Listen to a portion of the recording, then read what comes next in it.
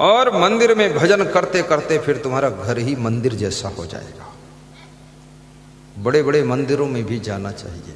गांव के जो बड़े बड़े मंदिर सोने पड़े हैं और गांव के मंदिरों के जीर्णोद्धार के लिए थोड़ा थोड़ा सबको दान भी देना चाहिए।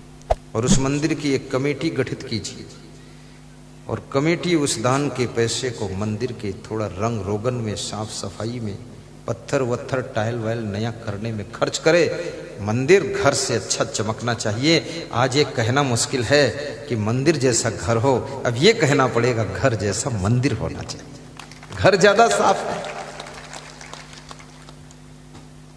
और मंदिर के पुजारियों से भी निवेदन है कि आलसी बनकर वहां न बैठे। 1 घंटे सुबह शाम पूजा करें, बाकी साफ सफाई करें और मंदिर की सेटिंग भी करते रहे। और मंदिर के पुजारी के लिए थोड़ा सा वेतन भी निर्धारित कीजिए, क्योंकि पुजारी को दक्षिणा वक्षिणा मिले न मिले क्या भरोसा है। कई मंदिरों के पुजारी तो बड़े दुखी दीनहीन दिखाई दिए मुझे। उनके लिए भी व्यवस्था होना चाहिए। और मंदिर में जाओ तो थोड़ा दान भी करो। गौ सेवा के लिए दान करो, गौशालाओं में दान करो। सत्संग में आओ तो यहां भी दान करो। हमारे आश्रम पर जर्जर, लूली, लंगड़ी, कमजोर गायों की गौशाला है छत्तीसगढ़ आश्रम में। अपने आप लोग क्षेत्र के सब छोड़ गए हैं गाय, उनकी सेवा होती है। ये जो मंडप में बंधे हुए दान के डिब्बे तुमको दिख रहे हैं, इनमें जो दान तुम अर्पित करते हो, ये बूढ़ी, कमजोर, लूली, लंगड़ी गायों की सेवा में हम दान भेज देते हैं। और कम पड़ता है तो अपनी दक्षिणा भी उसमें भेजता हूं। क्योंकि जिस मां ने तुमको जन्म दिया है वो तो तुम्हारी मां है ही। और वो मां तुम्हें 6 महीने 9 महीने तक दूध पिलाती है। फिर गाय एक ऐसी मां है जो तुमको जिंदगी भर दूध पिलाती है। इसलिए गौ माता की भी सेवा करना चाहिए। और उज्जैन में जो आश्रम बनेगा, यहां भी गौशाला हम रखेंगे। 200-400, 500, 1000 गाय तो रखेंगे ही। और गायों के साथ आनंद करेंगे हम। तुम भी आना तो गायों का दर्शन भी करना, गुड़ गुड़ लाना, उनको खिला देना। और मनुष्य एक ऐसा सृष्टि का प्राणी है जो सृष्टि में जितने भी प्राणी हैं सबकी रक्षा करने का धर्म मनुष्य का है। क्योंकि मनुष्य बुद्धिमान है, कलाकार है, खिलाड़ी है। इसलिए सब प्राणियों की रक्षा आपको करना चाहिए। सब प्राणियों का आशीर्वाद मिलेगा आपको। मनुष्य अगर ठान ले तो दुनिया में कोई शेर, हाथी नहीं बच सकता है। इसके पास ऐसे अस्त्र शस्त्र, शेर भी इसके सामने टिकेगा नहीं। राइफल की गोली मारकर उसको खत्म करेगा। इसलिए शासन ने शेर को सुरक्षित रखने के लिए शेर मारने पर बैन लगा हुआ है। शेर मार दो तो आजन्म कारावास। हालांकि शेर सबको मार सकता है, पर शेर को तुम नहीं मार सकते। शेर सबको मार सकता है, उस पर कोई बैन नहीं है, कोई उस पर इल्जाम नहीं है, जुल्म नहीं है। लेकिन शेर को तुम नहीं मार सकते हो, क्योंकि सिंह जंगल का राजा है। और जंगल की रक्षा सिंह से होती है, सिंह की रक्षा जंगल से होती है। जब विदुर जी से महाराजा धृतराष्ट्र ने पूछा कि मुझे क्या करना चाहिए, तो विदुर जी ने कहा कि राजन, आपके कौरव ऐसे हैं जैसे जंगल है, पांडव ऐसे हैं जैसे सिंह है। सिंह के बिना जंगल सब लोग काट कर लेकर चले जाते हैं, और जंगल के बिना सिंह भी मारा जाता है। इसलिए जंगल को उजाड़िए मत और सिंहों को यहां से भगाइए मत। दोनों को साथ में प्रेम से रहने की इजाजत दीजिए और दोनों का हिस्सा दीजिए, ताकि ये पांडवों का जो प्रभाव है ये तुम्हारे कौरवों की रक्षा करेगा। प्रभावशाली भी बनने की कोशिश कीजिए। बुद्धिमान बनो, गुणवान बनो, महान बनो, धनवान बनो, चरित्रवान बनो।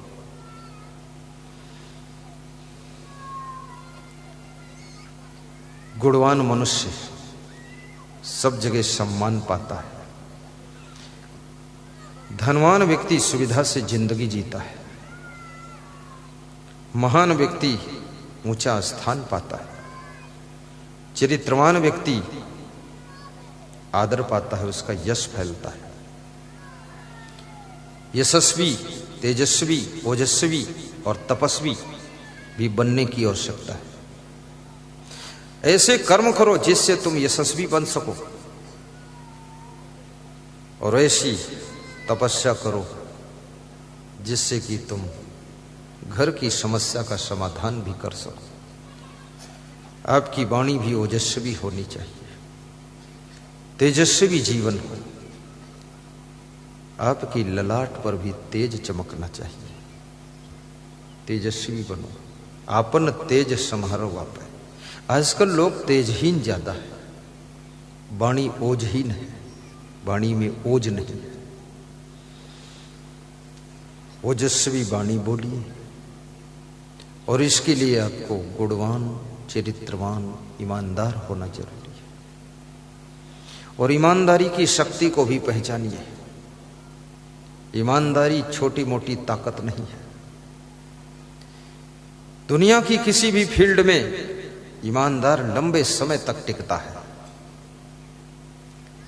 आश्रमों में भी जब चुनाव किया जाता है कि संत को आश्रम का हेड बनाया जाए, तो उसमें ईमानदार, जिम्मेदार, वफादार संत को चुनाव करके बिठाया जाता है। इसलिए ईमानदार भी बनना चाहिए। राजनीति में भी जब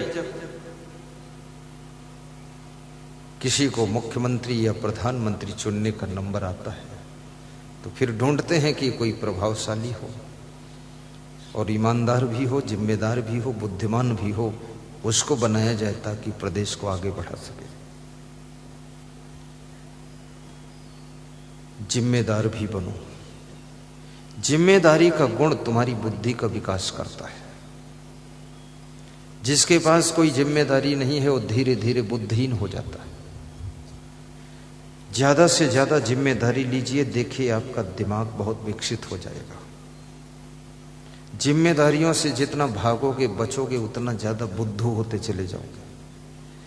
अधिक से अधिक जिम्मेदारियों को पकड़ोगे तो तुम्हारी बुद्धि पर जोर पड़ेगा, तो बुद्धि कुशाग्र होती चली जाएगी।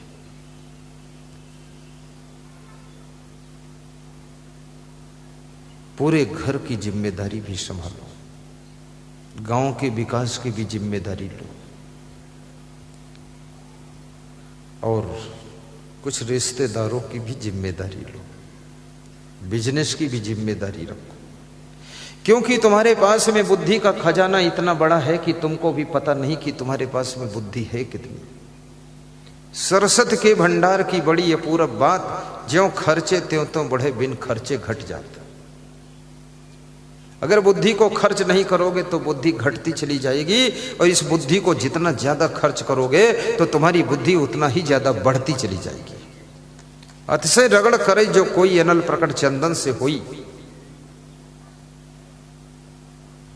बुद्धि का ठीक से प्रयोग करिए, गलत दिशा में बुद्धि मत लगाइए।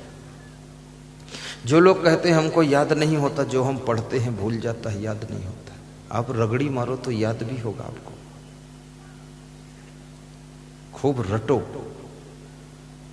और अगर याद करो और भूले ना, ये फार्मूला सीखना है तो आज बता देता हूं। सब विद्यार्थी भी बैठे यहां हैं। सीधा याद कीजिए, फिर उल्टा याद कीजिए, कभी नहीं भूलेगा। उल्टा उल्टा कैसे याद करोगे? कैसे याद करोगे पता है आपको? उल्टा ऐसे होता है, ऊपर से नीचे तक आ जाओ, याद करो, फिर नीचे से ऊपर को जाओ। अब ये आपको कठिन लगता होगा, लेकिन अगर नीचे से ऊपर की ओर गए और याद किया तो फिर भूलेगा नहीं, अखंड छप जाएगा तुम्हारे अंदर।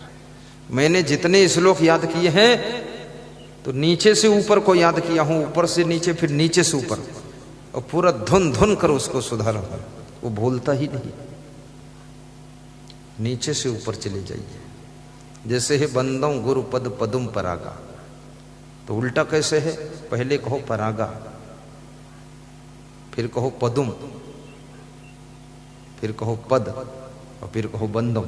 उल्टा ये परागा पहले है, इधर से कहो। और फिर जब आप बिना किताब देखे पढ़ोगे बोलोगे तो आपको वो चौपाई जहां लिखी है पूरा फोटो दिखाई देगा, उल्टा जब पढ़ोगे। इसलिए उल्टा और सुल्टा दोनों तरह याद करना चाहिए। और याद करने के बाद उनको भूलता है जो याद करने के बाद दोबारा उसे याद ही नहीं करते।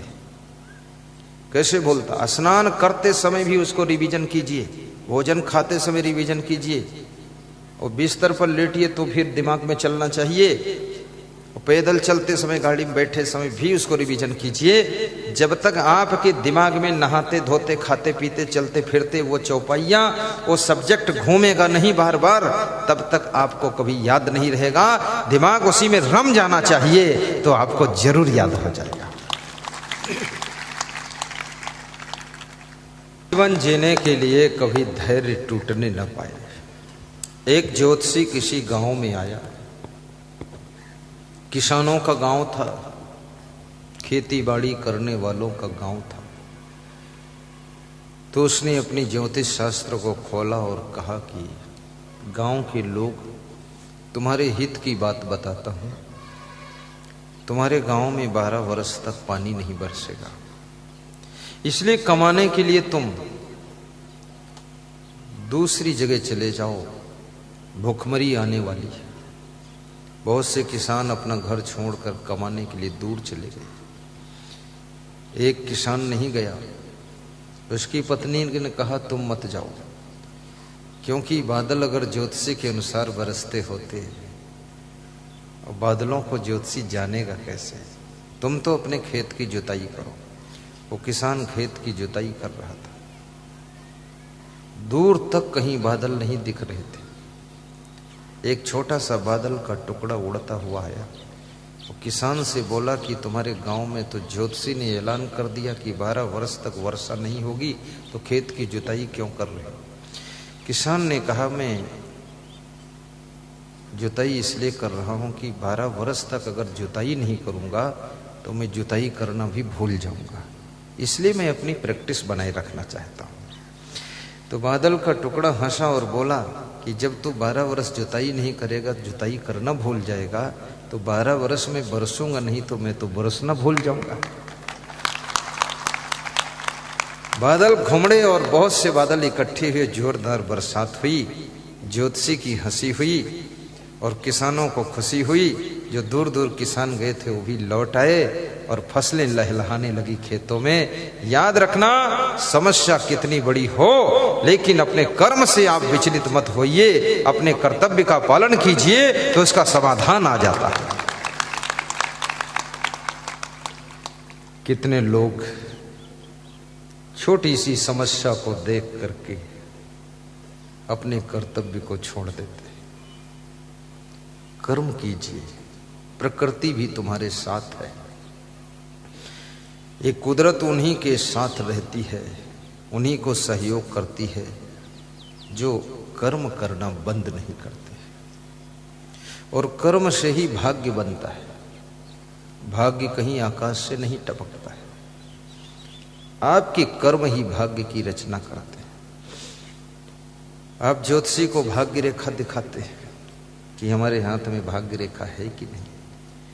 रेखा हो ना हो, लेकिन तुम अच्छे कर्म करोगे, अच्छी मेहनत करोगे तो आपके हाथ में भाग्य रेखा भी उदय हो जाएगी। और हाथ में यदि उदय नहीं होगी तो घर में तो भाग्य दिखाई देना शुरू हो जाएगा। इसलिए कर्म कीजिए। कितने भिखारियों के हाथ में मैंने देखा भाग्य रेखा बहुत अच्छी हो, भीख मांगते। मैं रेखा देखना भी जानता हूं लेकिन देखता नहीं। देखता इसलिए नहीं हूं कि हाथ दिखाने वालों की बहुत भीड़ लग जाती है और मिलता उलता कुछ नहीं है। हाथ देखते रहो, खाली हाथ बैठे रहो और प्रवचन तो बंद ही हो जाएगा, क्योंकि फिर हाथ ही हाथ चलेंगे सब में। इसलिए मैं भाग्य रेखा और ये रेखा उखर देखता नहीं किसी की, लेकिन भाग्य रेखा बदलता सबकी हूं। भाग्य रेखा जिनकी उदय नहीं है उनकी उदय करता हूं, और जिनके भाग्य एक रेखा है उनकी 2 रेखा बना देता हूं। क्योंकि हम तुम्हारी कर्म पर जोर देते हैं, और जब कर्म तुम्हारे बदलते हैं तो भाग्य ऑटोमेटिक बदल जाता है। यदि तुम चाहते हो मेरा सौभाग्य उदय हो, एक काम करो, पैसे खर्च नहीं होंगे, बहुत सस्ता काम है। अपने स्वभाव को अच्छा बनाओ, अपने स्वास्थ्य को अच्छा बनाओ। ये हर समय बीमार बने रहना, कराहते रहना, हाय रे, ये सब भाग्य बिगड़ेगा। ज्यादा बीमार मत होइए। अब तुम कहोगे क्या मैं बीमार होना चाहता हूं, हो ही जाता हूं, क्या करूं? इसके लिए सर्दियों में थोड़ा च्यवनप्राश खा लिया करो। अब थोड़ा का मतलब ये नहीं कि आधा किलो खाओ हलवा जैसे, 1 चम्मच, ऊपर से दूध पियो, क्योंकि च्यवनप्राश में जो जड़ी बूटियां पड़ी हो गर्म होती। और ज्यादा लगे कि आपका शरीर बार बार पिकअप नहीं लेता है तो महाशक्ति प्राश खा लीजिए। यह भी नई दवाई लॉन्च हुई है, महाशक्ति प्राश, बहुत पावरफुल है। मेरे को भी 1 डिब्बा दिया था किसी ने, 1 चम्मच खाया तो इतनी महाशक्ति हुई कि दूसरे को डिब्बा दे दिया। ज्यादातर लोगों का मन बीमार रहता है, इसलिए बहुत बीमार रहते लोग हैं। इस मनोबल को भी बढ़ाइए। इसके लिए आपसे निवेदन है मेरा कि थोड़ा प्रवचन ज्यादा सुनिए, मोबाइल के यूट्यूब में भी सुनिए। कितने लोग ऐसे हैं जो टीवी और यूट्यूब में प्रवचन सुनते हैं? दोनों हाथ उठाकर बताएं, आज ऊपर उठाओ। बहुत लोग सुनते हैं। रात में 9 बजे आस्था भजन चैनल में टीवी में आता है 20 मिनट का प्रवचन, और मोबाइल के यूट्यूब में तो हर समय आता है। 3000 वीडियो लोड किए गए। महिलाओं को भी कभी कभी धन्यवाद दीजिए। ये महिलाएं बहुत काम करती है। सवेरे उठती हैं, झाड़ू लगाती है, कपड़े धोती है, बर्तन धोती है, भोजन बनाती है, किचन साफ करती है, सब सामान सेटिंग करती है, बच्चों को संभालती है, घर भर को संभालती है, पैसा संभालती है, मार्केट भी करती है, और उसके बाद हंसती भी है। और फिर पति अगर गलती करे तो चुपके चुपके उसको डांटती भी है। ये भी काम करती। इनके काम के हिसाब से इनको खर्चा कहाँ मिलता है? मैंने इनका वेतन जोड़ा था एक दिन, 80,000 रुपये महीने आ रहा है। ये पति लोग देते क्या है? कुछ नहीं देते। मुश्किल से कोई 2-5 हजार देता है, कोई 10,000 देता है, कोई तो देता ही नहीं है। लेकिन ये भी याद रखना, ये सभी महिलाएं अपने घर के पुरुषों को भी धन्यवाद दें, क्योंकि आपका पति यदि पुलिस में सर्विस करता है, जहां ड्यूटी लगती है सड़क किनारे खड़ा है, चौराहे पर खड़ा है, बदमाशों के पीछे दौड़ रहा है, दंगे में जा रहा है, लाठी चार्ज में जुटा हुआ है, पत्थर लोग मार रहे हैं और पत्थरों को सह रहा है, लेकिन जो वेतन वहां से पाता है 30-40 हजार, वो ला करके अपनी फैमिली के खर्चे के लिए तुमको समर्पित करता है। ऐसे अपने घर के पतियों को भी धन्यवाद दीजिए कि तुम जान जोखिम में लगा करके भी इस परिवार के लिए कितनी मेहनत करके लाते हो। उनको भी धन्यवाद दो। आपका पति यदि फौज में सर्विस करता है, हिंदुस्तान, पाकिस्तान, चाइना आदि के बॉर्डर पर खड़ा हुआ है, न जाने कब गोला गिर जाए, बम गिर जाए, जिंदगी रहे न रहे, लेकिन जान हथेली पर लेकर के देश की रक्षा भी करता है। साथ साथ में जो पैसे मिलते हैं लाकर परिवार को अर्पित करता है। आपका पति यदि खेती बाड़ी करता है, रात में खेत में जाता है, फसल को बचाता है, पानी से सिंचाई करता है, फसल का भूसा ढोता है, पैरा ढोता है, कितना काम करता है, कीचड़ में खड़ा रहता है, लेकिन उसको भी क्या मिलता है? वो केवल तुम्हारे प्रेम में इतना रात दिन मेहनत करता है। तो उसको भी मुस्कुरा कर धन्यवाद दे दीजिए कि आप महान हो, आप हमसे ज्यादा अच्छा कर रहे हैं। घर घर में धन्यवाद की परंपरा का सृजन होना चाहिए, वाद विवाद की परंपरा का विसर्जन होना चाहिए, और घर घर में बड़े लोग छोटों को आशीर्वाद देने का प्रोग्राम चलाना चाहिए। सभी का जीवन तभी सुखी होगा। सौभाग्यशाली बनना चाहते हो जरा अपने चरित्र को भी सुधारिए। चरित्रहीन व्यक्ति कभी सम्मान नहीं पाता है और चरित्रवान व्यक्ति न चाहते हुए सम्मान को प्राप्त करता है। इसलिए अपने चरित्र को भी अच्छा बनाइए। और मैं निवेदन करूंगा कि व्यवहार भी आपका साफ सुथरा होना चाहिए, लेन देन साफ सुथरा होना चाहिए। और जिंदगी लेन देन से जुड़ी हुई है और लेन देन की कला जिसमें आ गई वो सफल जरूर होता है। एक भिखारी स्टेशन पर भीख मांग रहा था, एक बहुत बड़ी हस्ती से भीख मांगा तो उसने हंस करके कहा, तुम भीख मांगते हो, मैं भीख क्यों दूं तुमको, तुम मुझे क्या दोगे? तो भिखारी बोला, महोदय अगर देने को कुछ होता तो मांगते क्यों? बोले, तुमको ज्ञान नहीं है, जब तुम कुछ दे नहीं सकते तुमको भीख कैसे मिलेगी? भिखारी रेलवे स्टेशन के प्लेटफार्म से बाहर निकला, आकाश की ओर देखता है और सोचता है और चुपचाप घर को आ जाता है। उसकी पत्नी कहती, कुछ भीख लेकर आए? बोले, आज भीख नहीं लाए लेकिन सीख लेकर आए। बोले, क्या सीख लेकर आए? बोले, कल बताऊंगा। अगले दिन फिर वो भीख मांगने गया, रेलवे स्टेशन के प्लेटफार्म पर खड़ा हुआ और फिर वही हस्ती मिली उसको।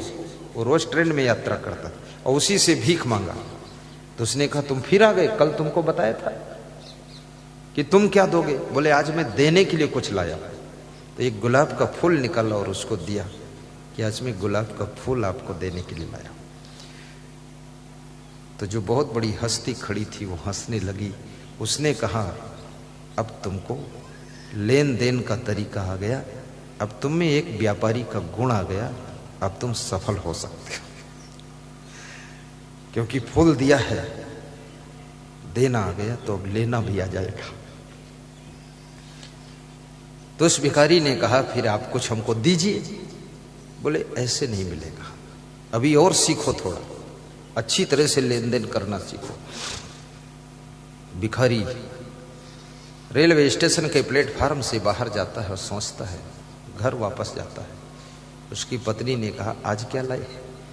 बोले, आज थोड़ा बारीकी से सीख कर आया हूं। 6 महीने तक वो भीख मांगने ही नहीं गया और 6 महीने बाद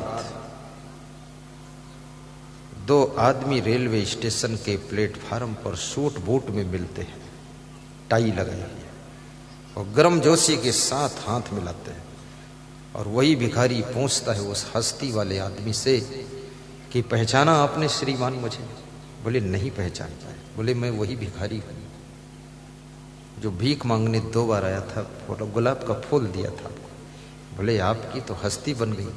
बोले, आपने जो सीख दिया था तो मैंने लेन देन सीख लिया। बोले, क्या करते हो? बोले, मैं अब इस जिले का फूलों का सबसे बड़ा व्यापारी हूं और फूल बेचने का खरीदने का काम करता हूं और अब मेरे पास में लाखों रुपए हैं, अब भीख मांगने की जरूरत नहीं है। तो हस्ती वाला आदमी बोला, बस इसी को कहते हैं लेन देन का तरीका जिसको आ गया वो कभी भिखारी नहीं रहता है, वो व्यापारी बनता है।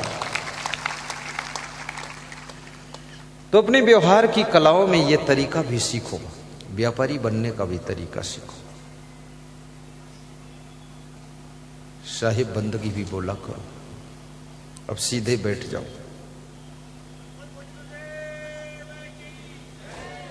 सीधे हो जाओ।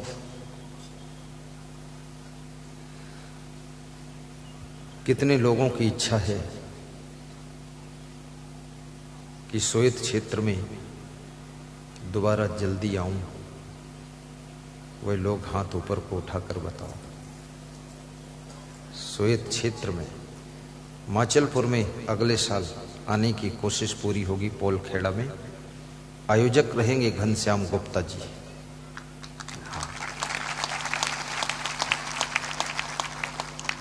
और इस सोयत कला में कोई मुकेश बनकर जब खड़ा होगा, मुकेश कुशवाहा के रूप में, चाहे वो भैरूलाल सोनी खड़ा हो जाए और चाहे मुकेश जैन खड़ा हो जाए, लेकिन जब कोई ऐसा श्रद्धावान खड़ा होगा तब फिर सोयत कला में एक बार सत्संग का धमाका होगा। शायद डॉक्टर फूलचंद गुप्ता के परिवार की ओर से यहां पर सत्संग होने की संभावना है। कल मैं उस परिवार में गया था बड़ी श्रद्धा से सेवा किया, बड़ा परिवार, बड़ा सुंदर मकान भी है। कुछ कुछ मन उनका बन रहा था। घनश्याम गुप्ता उनको प्रेरित कर रहे थे। बवई वाले हैं, बवई बरई,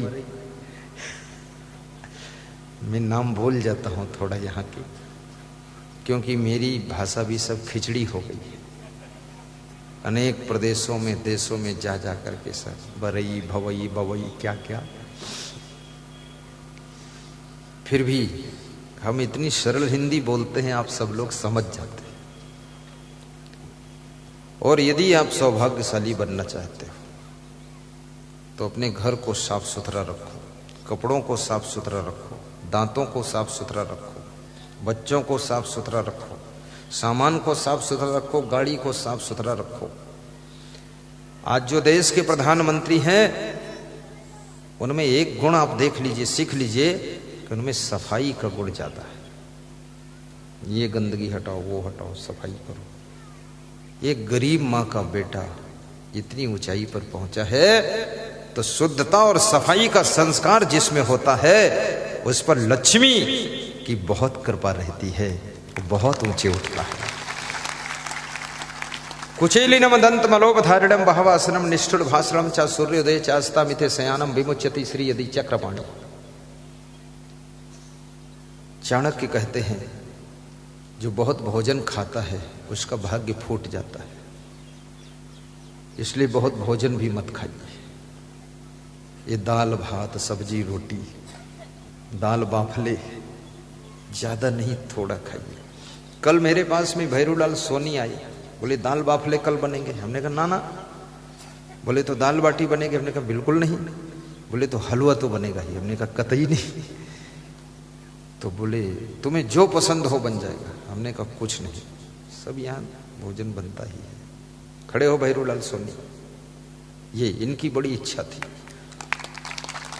अभी भी इच्छा है इनकी। शाम को इनके यहां मुझे जाना भी है। लगभग इनके घर पर हम 6:15 बजे पहुंचेंगे और पधरौनी करेंगे 20 मिनट की। बसंत गुप्ता जी के यहां भी पहुंचेंगे, उनके यहां भी पधरौनी करेंगे 20 मिनट। ब्रजमोहन गुप्ता जी के माध्यम से पधरौनी सेट हुई। ब्रजमोहन गुप्ता खड़े हो, जहां 20 मिनट आधा घंटे के लिए व्यवस्था में लगे हैं, जहां जाता हूं मैं थोड़ी देर के लिए, उसे पधरौनी कहता हूं और इसे प्रोग्राम कहता हूं। ये समागम है 3 दिन के लिए। और आज ये 10 से 15 हजार पवित्र नर नारियों का दर्शन करके मुझे भी बहुत पुण्य प्राप्त हुआ है। और आपकी शुभकामनाओं से मैं पूर्ण स्वस्थ रहता हूं।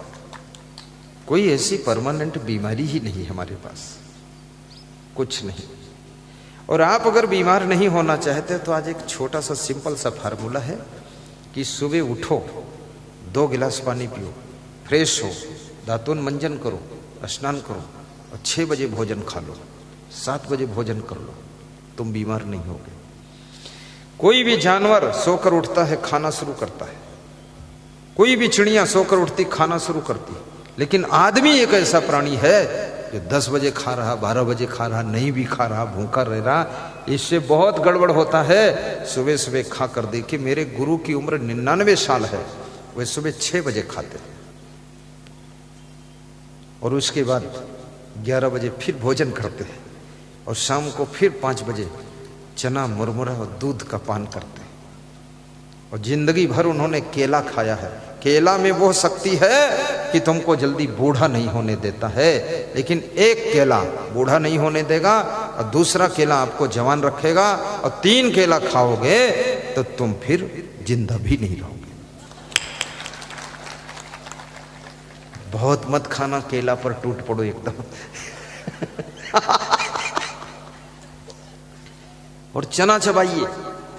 हमारे गुरुदेव के 99 साल की उम्र में भी सभी बाल सफेद नहीं हुए, बड़ा विचित्र लगता है। और शरीर में झुर्रियां नहीं है और अभी भी हट्टे कट्टे तंदुरुस्त दिखते हैं। और मुझसे कह रहे थे कि तुम ये मत समझना मैं कमजोर हूं। तो हमने कहा मैं तो कभी नहीं समझता हूं आपको कमजोर। बोले हम सब संभाल सकते हैं। तो हमने कहा संभाल ही रहे हैं आप, तभी तो हम बाहर चले जाते हैं। बोले अब जल्दी जल्दी वापस आना, क्योंकि अब मृत्यु की ओर जा रहा हूं। तो मैंने कहा ठीक है, कल मैं उनके पास जा रहा हूं एरोप्लेन से, गुरु जी के पास। बहुत से भक्तों ने हमको प्रसाद दिया है, गुरु जी को समर्पित करूंगा प्रसाद। आज विधायक आए थे श्री महाराणा विक्रम सिंह, यही नाम था, सुसनेर वाले विधानसभा तुम्हारे यहाँ के विधायक। भी भोला भाला लगा कुछ मुझको। उस साधुओं में बैठकर बंदगी कर रहा था इधर, ऐसे साहेब उसको आती वाती तो बंदगी है नहीं, लेकिन उसी में बैठ के साधुओं में सेट हो गया। और एक साल बहुत अच्छी दिया। तो मैंने कहा अपने गुरु को दूंगा। तो उसने कहा 2100 रुपये भी ले जाओ, गुरु को दे देना। गुरु जी के लिए इंतजाम करके मैं ले जाता हूँ। कोई तिल के लड्डू देता हूँ, वो भी वहां तक बांध के ले जाता हूँ गठरी। क्योंकि याद रखना, जो शिष्य अपने गुरु का ख्याल नहीं करता है, और जो बेटा अपने माँ बाप का ख्याल नहीं करता है, जो बहू अपने सास ससुर का ख्याल नहीं करती है, उसका ख्याल ये कुदरत भी फिर नहीं करती है, वो जीरो पर पहुंच जाता है। कोई हमें नई गड्डी देता है तो मैं नई गड्डी गुरु को देता हूं नोटों की, और बता देता हूं कोई साधु संत आए तो उसको बांटते रहना, आप दान करते रहो। तो गुरु जी हंसते हैं कि ठीक बात है, गुरु को भी खुश रखो, माँ बाप को खुश रखो। जितने लोग तुमसे जुड़े हुए हैं उनको खुश रखने की कोशिश करोगे तो तुम सदैव अपने आप खुश रहोगे। उनको दुखी करोगे तो तुम भी दुखी रहोगे, और उनको आनंद दोगे तो तुम परमानंद में रहोगे। सबका ख्याल कीजिए, ये आत्मा ही तो परमात्मा का रूप है। जब तुम सबका ख्याल करने लग जाते हो तब तुम परमात्मा की डिग्री प्राप्त करते हो। जब तुम केवल खुद का ख्याल करते हो तो छोटे मोटे जीव जैसे तुम रहते हो। इसलिए उनका भी ख्याल करो। मैं एक टोल टैक्स पर निकल रहा था कहीं, तो टोल टैक्स वाले ने, मैं तो सो रहा था, तो उसने रोका। तो हमारे ड्राइवर ने कहा गुरुजी टोल टैक्स है। तो मैं उठकर बैठा।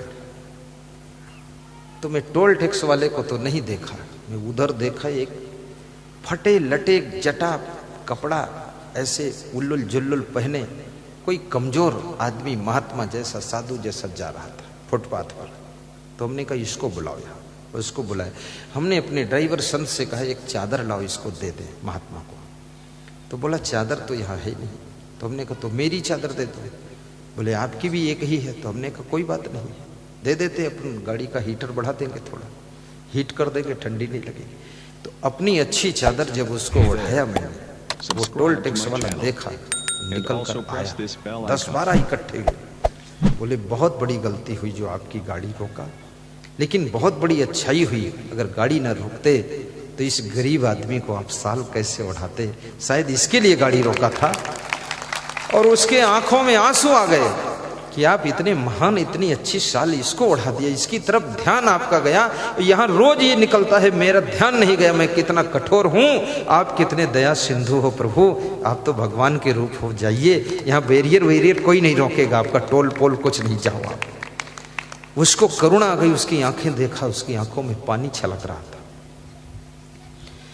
जिनको कोई देखता नहीं है उन पर भी नजर रखो और उनके लिए भी कुछ योगदान करने की कोशिश करो।